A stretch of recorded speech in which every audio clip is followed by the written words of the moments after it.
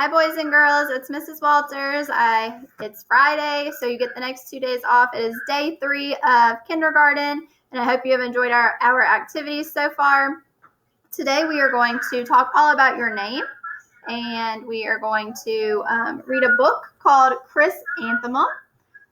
Remember that yesterday we started talking about the front cover of a book, so this is the front cover. This is the back cover. And we call this right here the title. And the title of our story today is Chrysanthemum.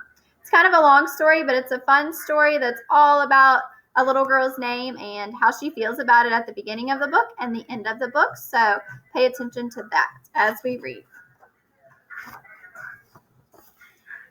Here we go. The day she was born was the happiest day in her parents' lives. She's perfect, said her mother. Absolutely, said her father. And she was. She was absolutely perfect. Her name must be everything she is, said her mother. Her name must be absolutely perfect, said her father. And it was. Chrysanthemum, Chrysanthemum. Her parents named her Chrysanthemum. Chrysanthemum grew and grew and grew, and when she was old enough to appreciate it, Chrysanthemum loved her name. She loved the way it sounded when her mother woke up. She loved the way it sounded when her father called her for dinner. And she loved the way it sounded when she whispered it to herself in the bathroom mirror. Chrysanthemum, Chrysanthemum, Chrysanthemum. Chrysanthemum loved the way her name looked when it was written with ink on an envelope. She loved the way it looked when it was written with icing on her birthday cake. And she loved the way it looked when she wrote it herself with her fat orange crayon. Chrysanthemum, Chrysanthemum, Chrysanthemum. Chrysanthemum thought her name was absolutely perfect, and then she started school. On the first day, Chrysanthemum wore her sunniest dress and her brightest smile. She ran all the way. Hooray, said Chrysanthemum, school! But when Mrs. Chudd took roll call, everyone giggled upon hearing Chrysanthemum's name. It's so long, said Joe. It scarcely fits on her name tag, said Rita. I'm named after my grandmother, said Victoria. You're named after a flower. Chrysanthemum wilted. She did not think her name was absolutely perfect. She thought it was absolutely dreadful. The rest of the day was not much better. During nap time, Victoria raised her hand and informed Mrs. Chudd that Chrysanthemum's name was spelled with 13 letters. That's exactly half as many letters as there are in the entire alphabet, Victoria explained. Thank you for sharing that with us, Victoria, said Mrs. Chudd. Now put your head down. If I had a name like yours, I'd change it, Victoria said, as the students lined up to go home. I wish I could, thought Chrysanthemum miserably. Welcome home, said her father. Welcome home, said her mother. School is no place for me, said Chrysanthemum. My name is too long. It scarcely fits on my name tag, and I'm named after a flower. Oh, said her mother, your name is beautiful and precious and priceless and fascinating and winsome, said her father. It's everything you are, said her mother. Absolutely perfect, said her father. Sorry, guys. Chrysanthemum felt much better after her favorite dinner, macaroni and cheese with ketchup, and an evening filled with hugs and kisses and parcheesi. That night, Chrysanthemum dreamed that her name was Jane. It was extremely pleasant. The next morning, Chrysanthemum wore her most comfortable jumper. She walked to school as slowly as she could.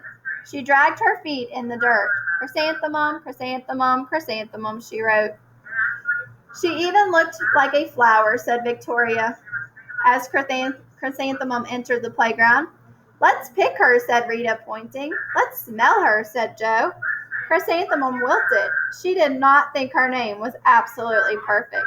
She thought it was absolutely dreadful.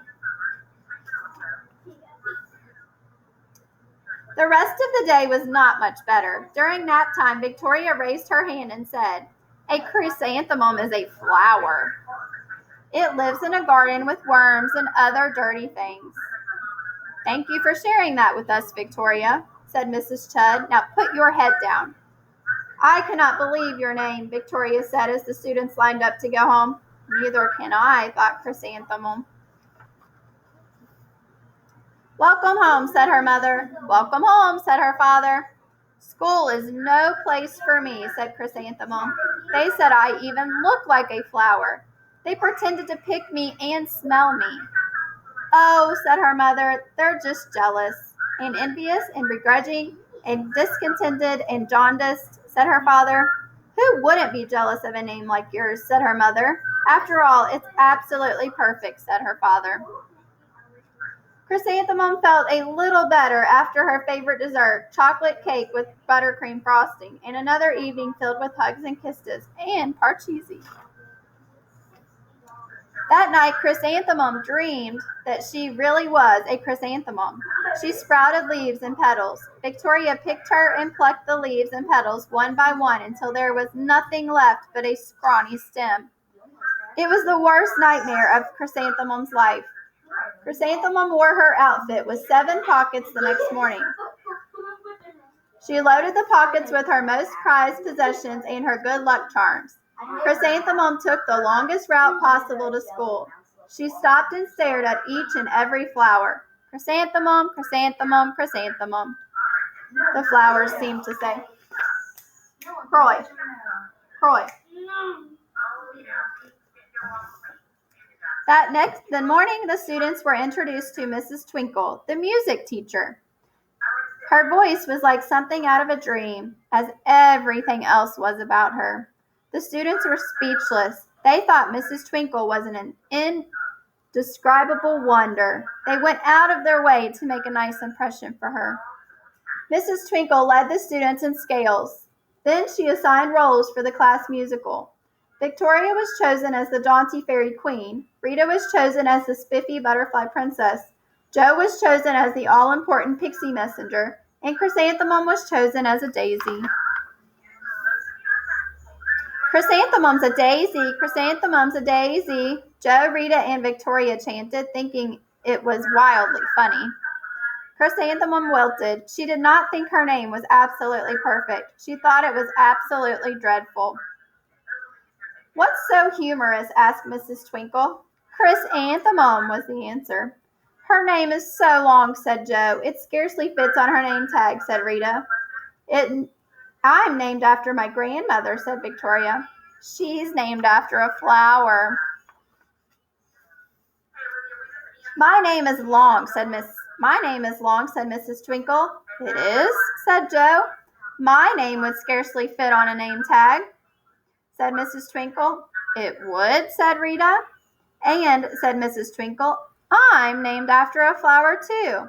"You are?" said Victoria. "Yes," said Mrs. Twinkle. "My name is Delphinium Twinkle. And if my baby is a girl, I'm considering Chrysanthemum as the name. I think it's absolutely perfect." Chrysanthemum could barely believe her ears. She blushed, she beamed, she bloomed. "Chrysanthemum, chrysanthemum, chrysanthemum." Jo, Rita, and Victoria looked at Chrysanthemum longingly. "Call me Marigold," said Jo. "I'm Carnation," said Rita, pointing. "My name is Lily of the Valley," said Victoria. Chrysanthemum did not think her name was absolutely perfect. Now she knew it was. All right, so at the beginning of the story, the boys and girls were making fun of Chrysanthemum for her name because it was so long and it was a flower. But after they found out that the music teacher's name was actually a flower and really long, all the girls decided that they also wanted to have a really cool, long flower name. So I hope that you guys love your name. And today we have a craft. So you'll need to get out There's a sun paper, a cloud paper, and then there are strips that you are going to cut in half, and then an adult or someone that's with you can write your name, and then you will make those into your rainbow. So this is your craft for today. I would love to see pictures of it after you have finished it. So once you have listened to the story and make your craft, send me a picture on Dojo so I can count you for attendance. I hope you have a fabulous weekend, and I'll see you guys later.